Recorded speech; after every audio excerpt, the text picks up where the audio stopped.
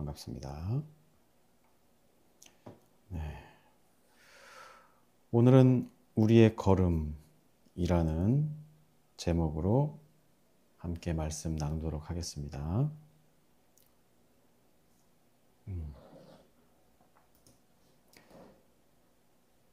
네, 일주일이 그냥 후딱 가버렸네요. 우리의 걸음. 네. 우리 인생을 어떤 길을 걷는 것과 비유를 하잖아요. 길을 걸을 때 우리가 어떠해야 하는가, 네. 어떤 길로 가야 하는가, 우리가 고민을 하는데요. 그것에 대해서 한번 이야기 나누어 보려고 해요. 여러분들 요새 전기차 시대가 왔잖아요. 그래서 자율주행이라는 말이 많이 나올 겁니다. 그래서 자율주행을 개발하는 업체들 주가가 올라가고, 특히 테슬라 같은 데는 아주 잘 나가고 있고, 또 테슬라의 오토파일럿 아주 유명하죠. 저도 그 기능을 이용해 보고 싶은데 알아봤더니 뭐 현대차, 기아차도 그 정도 수준은 할 수 있다고는 하는데, 그에 따른 어떤 사고에 대한 책임이나 이런 것 때문에 아직 레벨 3 단계까지, 지금 뭐 오토파일럿도 레벨 2 단계고, 그러나 우리나라보다 조금 더 열어놓은 상태죠. 네, 그래서 지금 기술은 이만큼 발전을 했는데, 이 오토파일럿 기능을 믿고 운전하다가 운전을 하는 게 아니라 운전대를 놓고 잠을 자거나 딴짓하다가 사고가 나는 소식들을 우리가 종종 듣게 되죠. 제 차도 오토파일럿이라고 부르진 않지만, 자율주행도 아니지만, 그 주행 보조 기능이 있어가지고 고속도로에서 핸들도 어지간하면 자기가 알아서 가고, 회피도 해주고, 뭐 앞에 차가 멈추면 같이 멈춰주고 하는 기능이 있어요. 근데 그거를 맹신하면 사고가 나는 것이죠. 그리고 우리나라 차들은 좀 보수적으로 그 기능을 조금 이렇게 닫아놨기 때문에 오토파일럿 생각하고 그렇게 했다가 큰일이 납니다. 그래서 결국에 운전이라고 하는 거, 차를 탈 때는 운전자가 결국에는 최종적으로 그 안전에 대해서 책임을 지는 거예요. 그래서 운전대를 잡고 운전을 해야 되는 것이겠죠. 그래서 결국에는 어떤 위험 상황이 도래했을 때 자기의 어떤 운전자의 기술이나 운전 기술, 감각, 그리고 그간의 경험에 의해서 쌓여진 어떤 상황 인식을 가지고 올바른 대처를 해야 하는 거예요. 그러지 않으면 이 기술을 믿고 그냥 운전대를 놨다가는 큰일을 당할 수도 있다 하는 겁니다. 물론 언젠가는 이제 인간의 개입을 필요로 하지 않는 압도적인 기술이 나오겠죠. 언젠가는. 더 이상 우리가 스스로 판단하거나 옳고 그름을 따지지 않아도 되는 그런 기술들이 이제 앞으로 나올 것은 분명해요. 그리고 거의 그 수준까지 도달해 있다고 저는 알고 있고요. 네, 아무튼 오늘 본문에서는 사람이 계획을 아무리 정교하게 하고 또 치밀하게 해도 그 인간의 발걸음을 인도하고 완성하는 것은 하나님이다, 이렇게 이야기하고 있어요. 모든 것을 뭐 하나님의 허락을 받아서 해라, 뭐 이런 의미는 아니겠죠. 하나님의 뜻에서 벗어난 것이라면 우리의 계획이 결과적으로 인류를 타락하게 만들거나 멸망하게 만들 수도 있다라는 거예요. 좀 내가 극단적으로 이렇게 최악의 그 결론을 말씀드렸지만 그렇다는 겁니다. 아무리 탁월한 기술을 가졌고 놀라운 계획을 우리가 가지고 있다고 하더라도 그것이 하나님의 뜻에 부합한가? 하나님의 뜻은 뭐 경천행이라고 제가 입이 닳도록 말씀드렸죠. 하나님 사랑하는 건 눈에 보이지 않으니까 우리가 이웃을 사랑하고 생명을 보호하고 지키는 것을, 그것만 생각한다고 했을 때 우리가 여러 가지 계획을 세우고 놀라운 기술을 가졌다고 하더라도 그 기술이 우리 인류를, 생명을 살리는데 이바지하느냐, 아니면 생명을 죽일 수도 있느냐. 특히 자본 같은 것도 마찬가지예요. 우리의 계획에 의해서 만들어진 자본주의, 이 질서, 이것이 사람을 살리고 있는가 죽이고 있는가, 그 결론을 우리가 알고 있죠. 이미 이 자본주의라는 태생의 한계 때문에 빈부의 격차가 필연적으로 발생을 하고, 그 때문에 어떤 나라는 아무리 노력해도 가난을 벗어나지 못하고, 어떤 나라는 손 안 대고 코 풀면서 부자가 되는 나라가 있기도 한 거예요. 그래서 이 자본주의가 가진 어떤 맹점을 우리가 이해하고 그것을 보완하기 위해서 여러 가지 또 인간적인 그런 어떤 도덕과 윤리를 가지고 또 어려운 사람 도와주고 하는 일들을 우리가 해야 하는 것이죠. 우리 류전 전도사님도 와주셨습니다. 감사합니다. 아무튼 우리가 이런 계획이나 기술이나 이런 것들이 이웃을 사랑하는 것, 생명을 살리는 것에 도움이 되기는커녕 하나님을 잊고 자신의 기술만, 자신의 능력만 신봉함으로써 생명의 중요성을 잃어버린다고 한다면 예전에 바벨탑이 그랬던 것처럼 모든 것이 허망하게 무너질 수 있다. 이 말씀을 드리는 거예요. 그래서 누군가는 하나님의 인도하심에 대해서 이야기해야 하고 하나님 안에서 옳고 그름에 대해서 또 참과 거짓, 또 선과 악에 대해서, 악함에 대해서, 또 정의에 대해서 진지하게 고민하고 성찰해야 할 필요가 있는 겁니다. 그리고 그것을 인류가 공유하고 우리가 어떤 기술을 가졌든지 어떤 사상을 가졌든지 그것을 떠받칠 수 있는 그런 성찰, 사유가 우리에게 꼭 필요한 거예요. 그런 성찰 위해서 거대한 담론을 만들어내고 그 담론을 통해서 우리가 가진 기술과 자본 그리고 인간의 욕망들을 이렇게 다루어야만 인류가 공통으로 살아남을 수 있다. 이렇게 생각해 볼 수 있어요. 거창하게 보면 인류를 이야기할 수 있지만 가까이서 보면 우리 가정이나 교회 공동체나 여러분들 직장이나 이런 것도 될 수가 있겠죠. 아무튼 언젠가는 인간의 개입이 전혀 필요 없는 자율주행 기술이라든지 또 공장의 생산 프로세스 같은 게 만들어질 때가 올 거예요. 당연히 우주여행도 뭐 활성화될 때가 올 것이고 그렇게 되면 우주에 대해서 우리가 더 이해하게 되고 하다 보면 이제까지 우리가 가져왔던 세계관이 다 무너질 수도 있는 겁니다. 그 정도로 새로운 과학, 물리법칙, 요즘 양자역학이 또 한참 뜨고 있는데 이 양자 컴퓨터를 통해서 쉽게 말씀드리면 두 가지 물질이 같은 물질이 양쪽에 같이 존재한다는 거예요. 이해가 잘 안 되죠? 저도 이제 책을 읽긴 했지만 정확하게 이해는 못했지만 실질적으로 그런 게 물리적으로 존재한다는 거예요. 텔레파시 같은 것도 우리가 이해 못할 어떤 신비한 현상으로 여겨지지만 그게 전혀 불가능한 일이 아니다라는 겁니다. 그래서 그런 양자 물리학을 이용한 통신 같은 것들이 개발이 되면 이제 엄청나게 세상이 급변하게 될 거란 말이에요. 이제는 포스트 모던 시대가 되면서 기존의 그 과학적인 근거나 사고의 틀을 이제 벗어나는 거예요. 중세 이전에서 고대에서 중세와 근대로 넘어오면서 급격히 바뀌었던 것처럼 또 근대가 끝나고 탈근대가 시작된 지금 또 어떻게 바뀔지 모르는 거예요. 네, 아무튼 그때가 되면 사람의 가치나 위상이 달라질지도 모른다. 실질적으로는 노동력이 필요 없어질지도 모르잖아요. 그러다 보면 이 인간이라고 하는 존재가 어떤 취급을 받을지 그냥 어떤 과학적 사실에 근거해서 인간이나 생명에 대해서 이해를 갖게 될지도 모르는 거예요.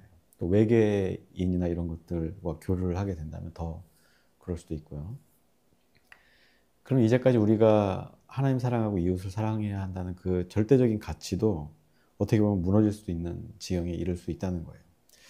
아무튼 그거는 이제 제가 조금 좀 극단적으로 생각해 본 결과일 수 있으나 우리가 이런 것도 생각해 봐야 한다는 거죠. 또 이제 지금 벌써 컴퓨터 AI가 알려준 대로 우리가 살아갈 수 있는 정도가 됐잖아요.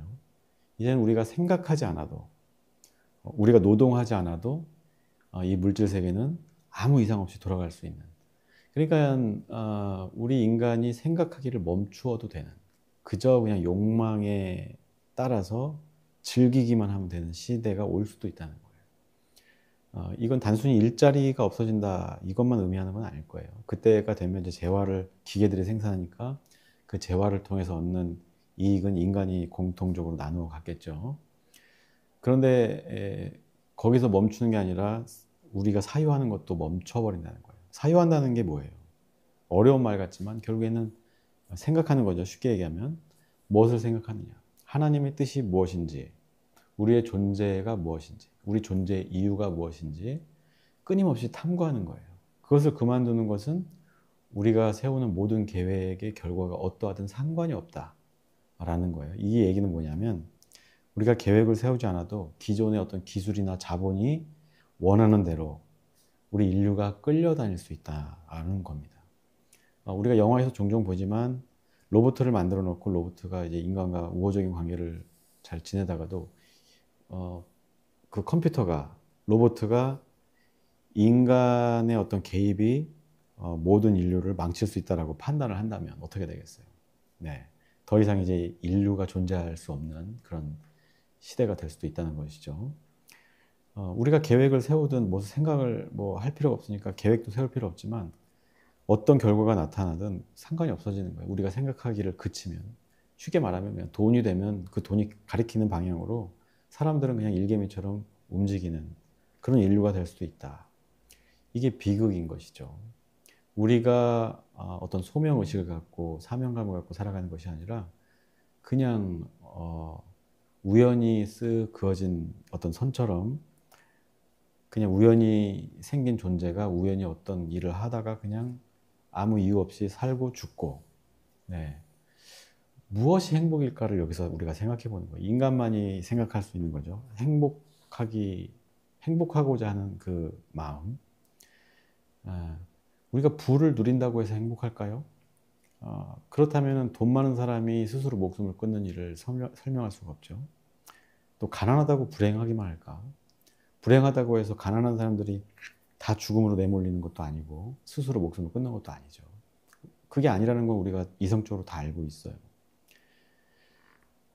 그래서 우리가 이 물질 문명이 발달하고 기계가 발달하고 기술이 발달해서 우리가 편해지고 더 행복해질 것이라는 착각은 금물이다 하는 겁니다. 끊임없이 우리가 사유하는 것을 멈추지 말아야 되고 하나님과 나 사이의 관계에 대해서 하나님의 뜻에 대해서 계속해서 끊임없이 고민하고 또 생명에 대한 이해를 계속해서 해 나가야 한다는 거예요. 편리함이나 어떤 효율적인 것이 과연 무조건 옳은 것인가? 이게 우리가 고민해야 될 숙제인 겁니다.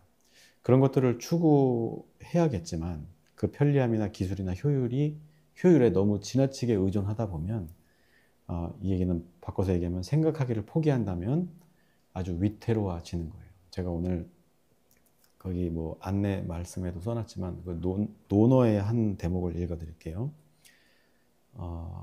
그 논어라는 게 이제 저거죠. 공자님 말씀하신 걸 이렇게 모아놓은 거.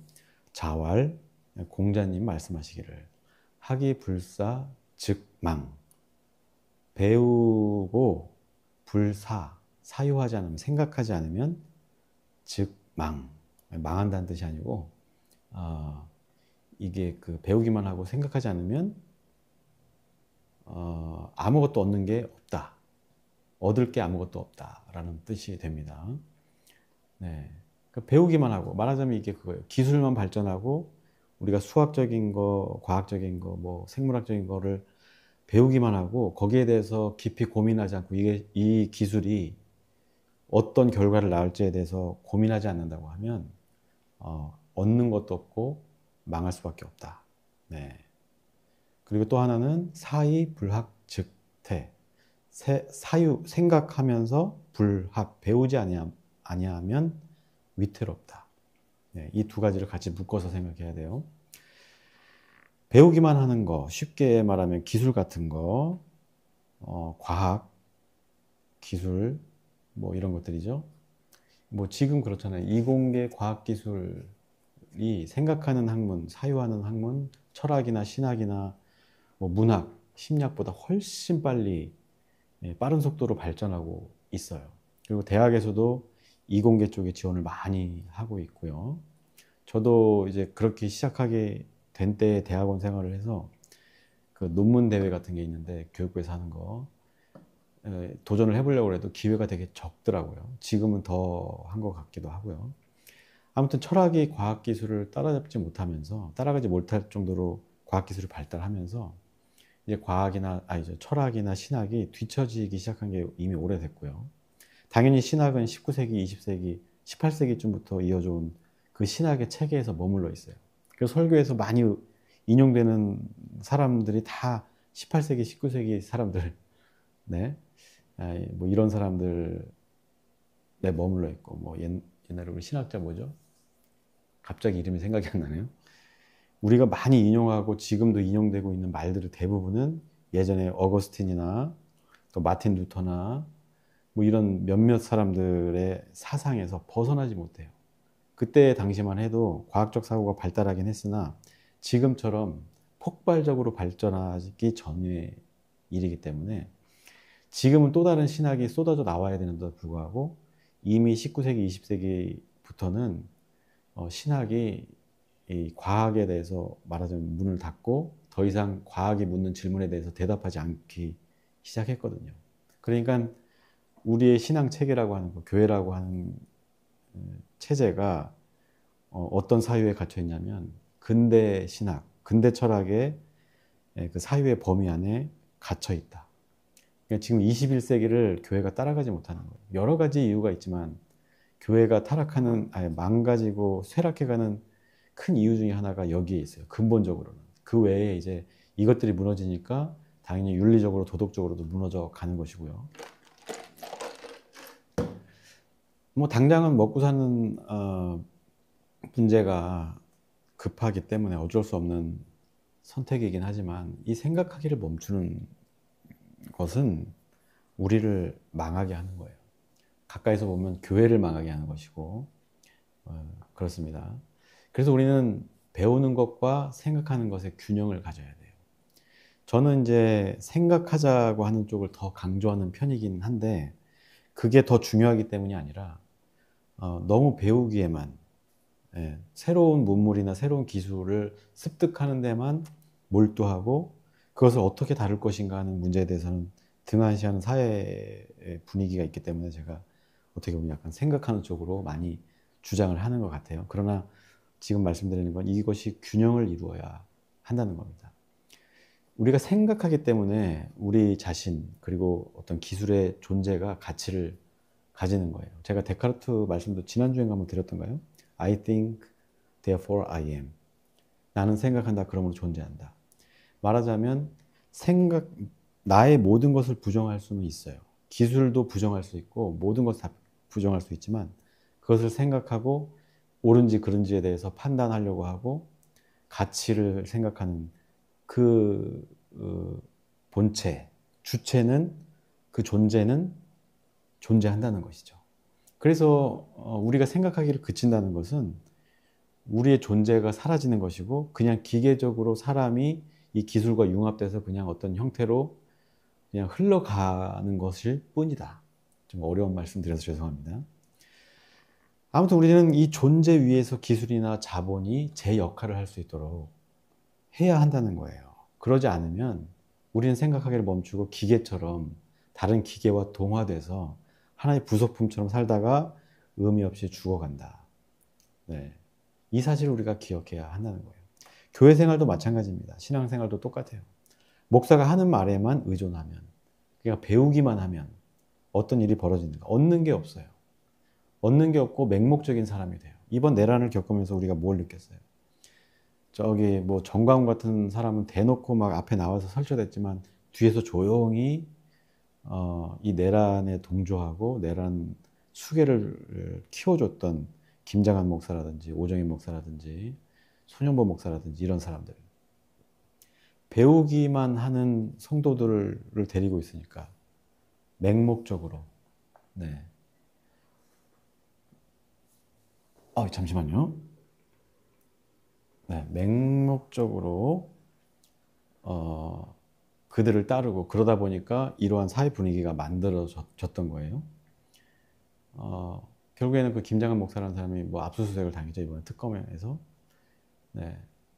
아무튼 이 서부지법 폭동을 일으킨 그 정광훈의 똘마니들만 봐도 얼마나 맹목적이고 단세포적인지 생각해 봐야 돼요. 그래서 우리가 생각이라는 거, 사유라는 것을 해야 하는 이유를 이 내란 사태에서 찾을 수가 있습니다.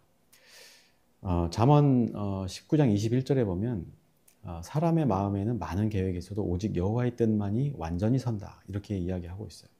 달리 말하면 하나님의 뜻에 대해서 진정한 가치, 존재의 가치에 대해서 사유하기를 멈춘다면, 생각하기를 멈춘다면 많은 계획이 결국 우리를 넘어지게 만드는 것이다 하는 겁니다. 완전히 서는 게 아니라 그 반대, 넘어지는 거예요. 하나님의 뜻을 생각하고 기억하고 생각하는 사람은 완전히 선다. 그러면 그렇지 않다는 건 뭐예요? 하나님 뜻을 생각하지 않는다는 것은 반대로 넘어진다는 거예요. 과학이 한창 발달하던 시기, 근대 시대부터 신학이나 철학은 과학적 사실이 보여주는 진실을 외면해 왔어요. 네. 예전에도 한번 말씀드렸지만 이 신학이라고 하는 것이 결국에는 이 시대가 묻는 질문에 응대하는 것으로, 응전하는 것으로 서로 주고받으면서 신학이 발전해 왔는데, 이제는 과학의 기술의 발달 속도가 사유의 속도를 넘어서니까 이제 신학은 더 이상 대답하기를 멈춘 거예요. 왜냐하면 과학적인 사실을 근거하다 보면 하나님의 존재를 부정해야 되는 어떤 그런 순간까지 갈 수가 있는 거거든요. 네, 아무튼 그래서 이런 거는 현재 신학교에서도 어떻게 보면 실천신학이나 이런 거 몇 가지 빼놓고 성서신학이나 조직신학 이런 분야에서는 여전히 그냥 20세기 이럴 때 그 말장난 수준에 머물러 있는 상태에 있고요.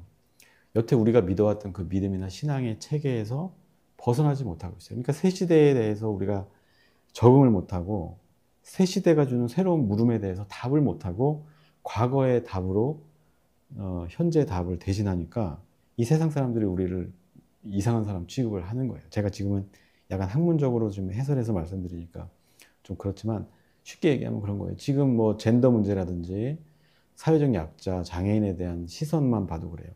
예전에 그것들은 당연히 약자들은 차별받는 게 당연한 거였지만 이 시대는 그것이 틀렸다라고 이야기하고 있어요. 근데 교회는 여전히 네가 죄를 지어서 장애가 있고 병에 걸리고 죽는 거야. 네가 병이 있어서 죄를 지어서 동성애를 하고 있는 거야. 큰 인식의 차이를 가지고 있죠.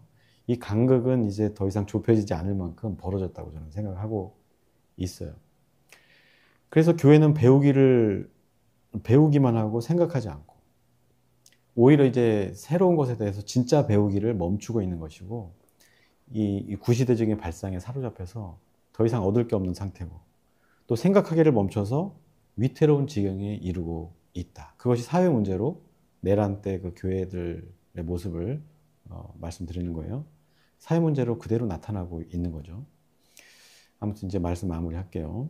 우리가 잘났으면 얼마나 잘났을까요? 저도 마찬가지고 저는 뭐 어디 내세울 거 없는 사람, 옛날엔 잘난 맛으로 살았는데 지금 돌이켜보면 아무것도 아닌 사람이구나.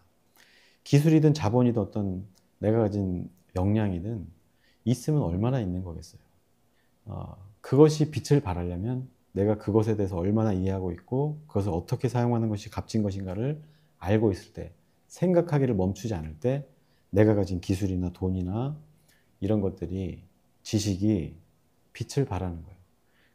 그 바탕으로 세운 계획이 아무리 거창한들 우리 걸음이 어느 방향으로 향하는가, 어떤 걸음을 걷고 있고 어떤 생각을 하고 있는가에 대한 성찰이 없다면 모든 것은 허망하게 무너지고 헛된 꿈이 된다는 사실을 우리는 잊지 말아야 하는 겁니다. 우리의 걸음을 인도하시는 분이 하나님이다라는 것을 우리가 인정하고 믿고 나아갈 때 계획이 다소 어설플 수는 있어요. 기술이 조금 모자랄 수 있고 그렇지만 그 하나님을 기억하면서 배움과 생각하기를 균형 있게 이루어 가면서, 다른 말로 하면 우리말로 하면 그래요. 하나님과 함께 동행하면서 함께 걸으면서 우리 계획 속에서 하나님의 뜻이 이루어질 수 있도록 하는 것, 이것이 우리의 사명이고 우리가 살 길이다. 저는 오늘 이와 같이 말씀을 드립니다. 그래서 우리가 하나님의 뜻을 이루어가는, 하나님과 함께 발걸음을 맞추어가는 저와 여러분들 되시기를 주님의 이름으로 축복하면서 말씀 마치도록 하겠습니다.